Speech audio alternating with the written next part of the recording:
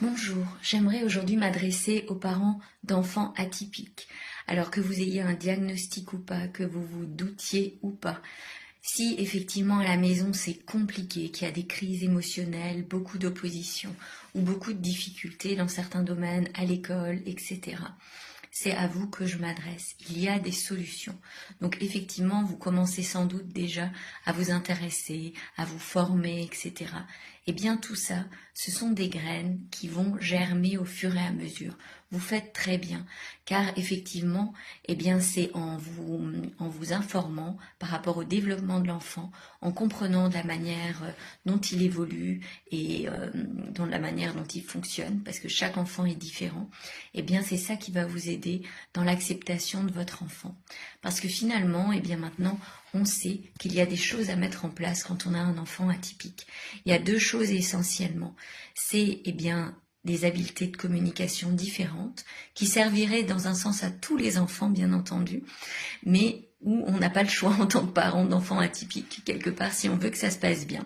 Parce que oui, les troubles de votre enfant, les crises émotionnelles, etc., ne sont pas dus à la façon dont vous l'éduquez. Et je tiens vraiment à dire cela pour que vous puissiez sortir de la culpabilité. Voilà, votre enfant est comme il est. Mais en revanche, vous avez un pouvoir sur votre manière de communiquer avec lui, et cette communication va venir entretenir les crises émotionnelles ou au contraire favoriser une relation harmonieuse et quelque part un apaisement dans la famille. Donc n'hésitez pas à vous former sur ces habiletés de communication. Vous pouvez venir vers moi pour en savoir davantage. La deuxième chose, c'est de prendre soin de vous. Je sais qu'en tant que parent d'enfants atypiques, on se demande mais pourquoi est-ce que je dois mettre tellement de choses en place? D'autres parents, ils ont juste à dire les enfants obéissent.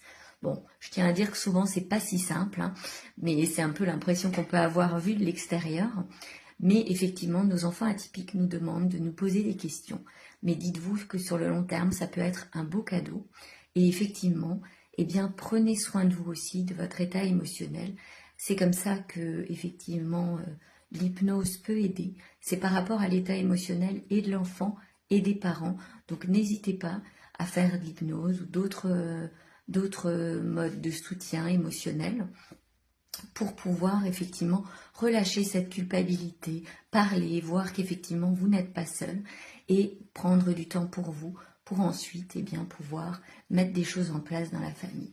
En tout cas, je voulais vous lancer un message d'espoir parce qu'il y a plein de choses à mettre en place. Et oui, c'est tout à fait possible d'avoir une famille apaisée et des relations harmonieuses avec nos enfants atypiques et d'avoir du plaisir à grandir avec eux.